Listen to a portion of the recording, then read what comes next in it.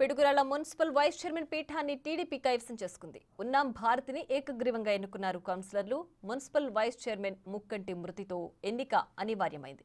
ఈ నెల 3న నిర్వహించేందుకు జీవో జారీ చేయగా కోరం లేక 2 సార్లు ఎన్నిక వాయిదా పడింది. ఇవాళ ఎట్టకేలకు కౌన్సిలర్లు హాజరు కావడంతో ఎన్నిక పూర్తయింది.